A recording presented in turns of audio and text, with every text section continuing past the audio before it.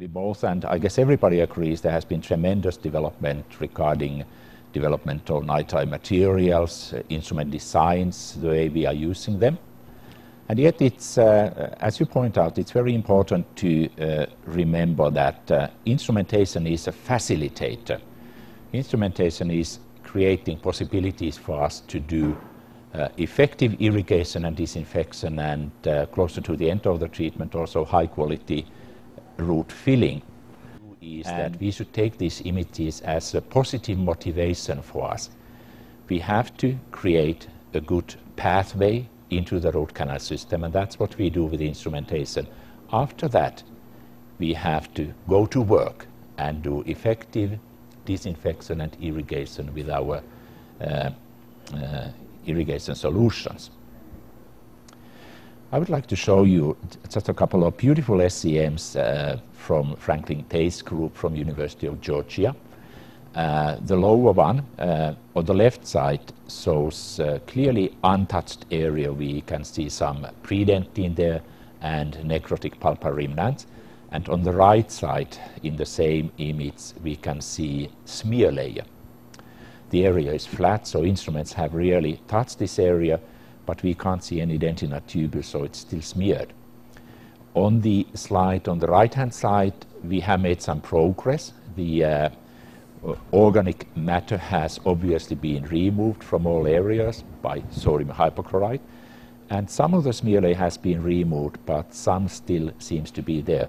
So we are making progress, but we haven't yet reached the goal of irrigation. But this is not enough for me and most of our colleagues, because we know that bacteria may still be hiding in the dentine, and we would like to do the final rinse. We would like to do the third irrigation of the root canal. And we have been using hypochlorite, and we have been using chlorhexidine for this. There are increasing number of reports that the problem of coming back to hypochlorite may be that it may weaken dentine. If we have long-term exposure to hypochlorite after EDTA, it will tremendously change negatively the structural strength of dentine. And if we have short-term exposure, just even 30 seconds, 1 minute exposure to hypochlorite after EDTA or citric acid, we are causing surface erosion of root canal wall dentine. Even though we don't know today how potentially harmful this surface erosion is and how deep it can go, we do know that it can go at least 100 microns, but how much more we don't know, and what's really the impact. It's something that we would rather be without.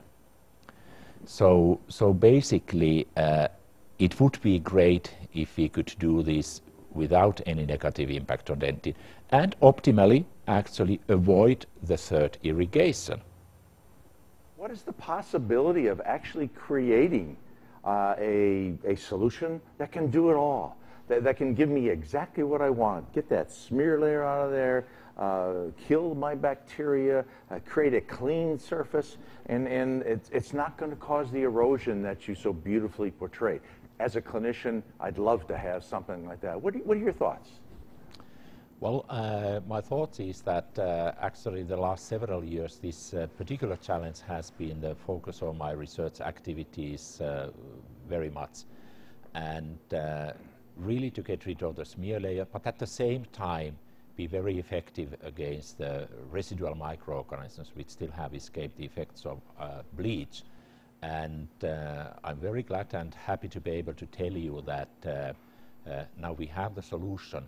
We have been successful in our research and development, and now we have a product which will answer the challenge. Here it is. The product is QMix 2-in-1, and the goals were to have a product that does what EDTA does, and we have it. To have a product that at the same time kills bacteria effectively, and we were able to do that. And the third goal is that it should be simple and easy to use chairside. So Marcus, what you're telling me, you've accomplished your goal. You are giving to us, the clinicians, this solution that can remove the smear layer. We can gain access to the bacteria. We're kind to the dentin. And we've accomplished all these fantastic ideas that we had with one solution and one application, which is, I think, unbelievable for the clinician. But interestingly enough, what you've come up with now, we can achieve all of our goals, from disinfecting to removal of smear layer, not worrying about staining, and can be used in conjunction with the sodium hypochlorite. I think this is fantastic. What a breakthrough. And I think the clinicians out there are really grateful to have this available to them, and to all your efforts and the continuing efforts to ensure that this is at the highest level of quality possible. Now, if you take a look at chairside handling, it's pretty straightforward. What's really positive, it's pre-mixed, it's ready to use, has a good shelf life.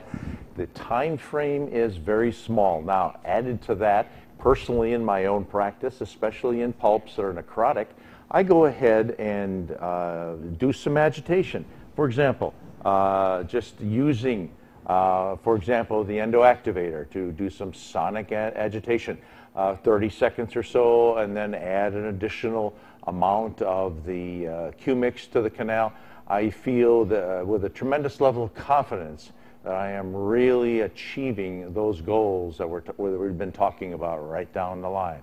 And so go ahead, the protocol, you mix it with your instruments, canal, irrigate with sodium hypochlorite. You can rinse that with water or saline, and then follow with minimal 2 millimeters of QMix.